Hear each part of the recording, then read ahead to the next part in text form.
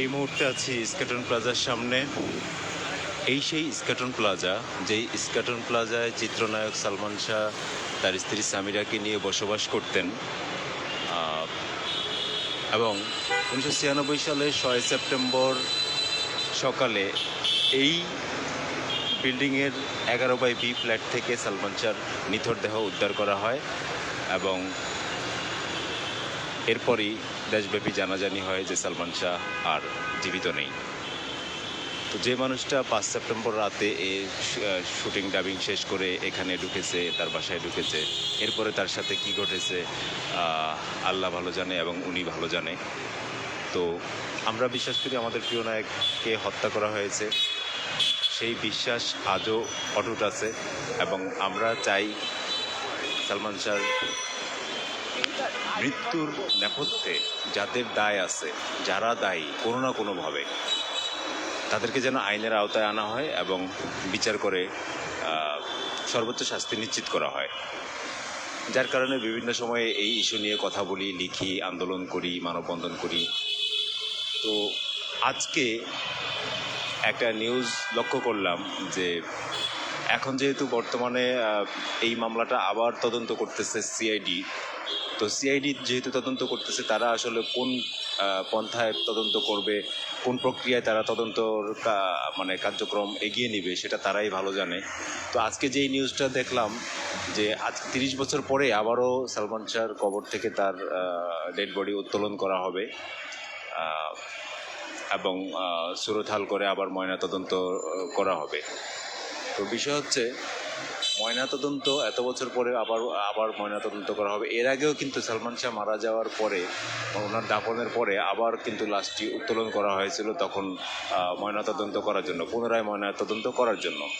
তো সেই সময়ও পুনরায় ময়নাতদন্ত করা হয়েছে কবর থেকে লাশ উত্তোলন করার পর।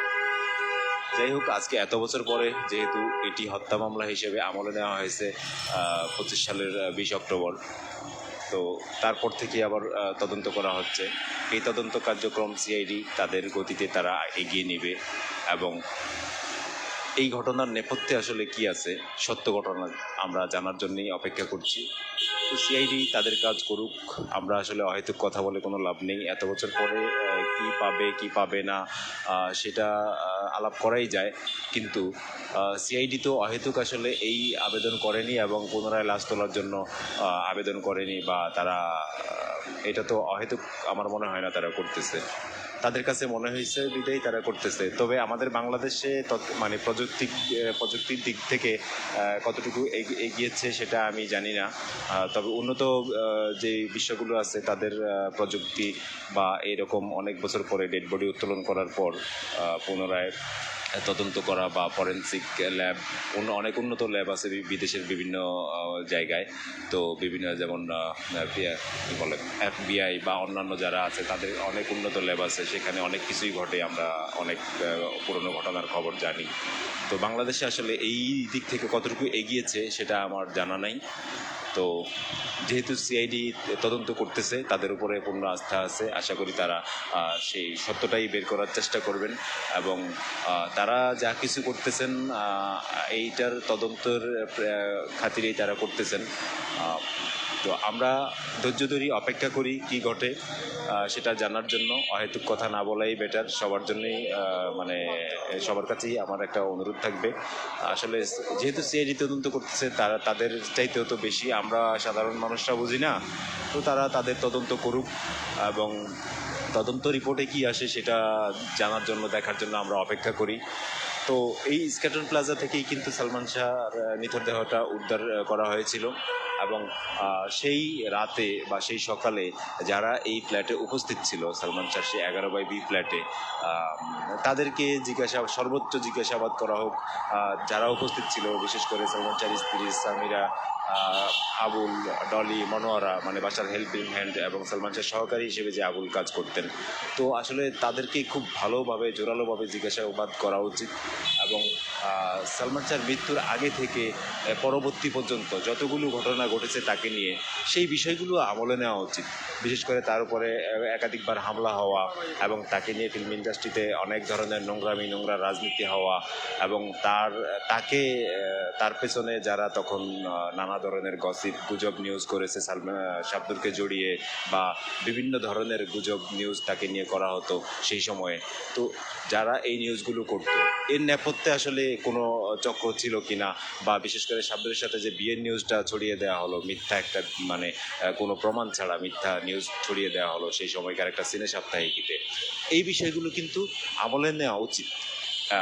তো যার কারণে আসলে সালমান শাহর মৃত্যুকে আপনি চাইলেই মানে কোনো একটা ছাঁচে ফেলতে পারবেন না, মানে এটা অনেকেই আত্মহত্যা বলে চালিয়ে দেওয়ার চেষ্টা করে। এখন যদি ধরে নিই সেটা আত্মহত্যা, তবে এই আত্মহত্যার নেপথ্যে কোনো লোক কি নাই যে যারা প্ররোচিত করেছে বা যারা তাকে মৃত্যুর দিকে ঠেলে দিয়েছে? তো সেই মানুষগুলোর কি বিচার হওয়া উচিত না? অনেকেই এই যে আত্মহত্যার কথাটা বারবার বলেন, যার কারণে এই কথাটা বললাম। আমি বিশ্বাস করি না উনি আত্মহত্যা করছে, কারণ জনপ্রিয়তার এরকম মানে শীর্ষে থেকে এবং এতগুলো টাকা তার উপরে লগ্নি ছিল, মানে শত কোটি টাকার উপরে তার উপরে লগ্নি ছিল সেই সময়ে, সেই মানুষটা হুট করে বাসায় ঢুকে মানে আত্মহত্যা করবে, এটা আসলে অবিশ্বাস্য, বিশ্বাস হয় না। কারণ একটা দায়িত্বশীল নায়ক কখনো এরকম কাজ করতে পারে না, কারণ তার উপরে কোটি কোটি টাকা লগ্নি করা ছিল সেই সময়ে। যাই হোক, অনেক সংস্থা তদন্ত করেছে, অনেক কিছুই ঘটেছে প্রয়োজনীয়। সেই সময় এত উন্নত প্রযুক্তি ছিল না, বা মানে এত তখন মানে এই তথ্য প্রযুক্তি বা এই ইন্টারনেট বা সব কিছু মিলিয়ে এত কিছু ছিল না সেই সময়ে। তো তখন অনেক আলামতও ঠিকভাবে জব্দ করা হয়নি, বিশেষ করে যেই ফ্যানটার সাথে ঝুলন্ত পাওয়া গেছে বলা হয়, আদৌ কি আসলে সেই ফ্যানের সাথে ঝুলন্ত ছিল কি না, এই বিষয়গুলো আসলে যখন খতিয়ে দেখবে সিআইডি, এবং আমি মনে করি তখন আসলে সত্য বিষয়টা অবশ্যই আসবে।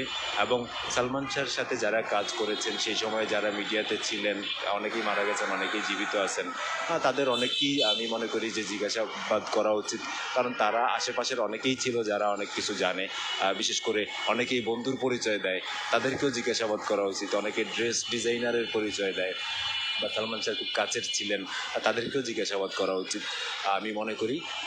তো আজকে যেহেতু তার লাশ উত্তোলন করার আবেদন করা হয়েছে এবং মহামান্য আদালত সেটার অনুমতি দিয়েছে, তো কিছু প্রক্রিয়া আছে, সেই প্রক্রিয়া ফলো করার পর হয়তো বা আবার তার যেই দেহাবশেষ সে কবর থেকে উত্তোলন করা হবে।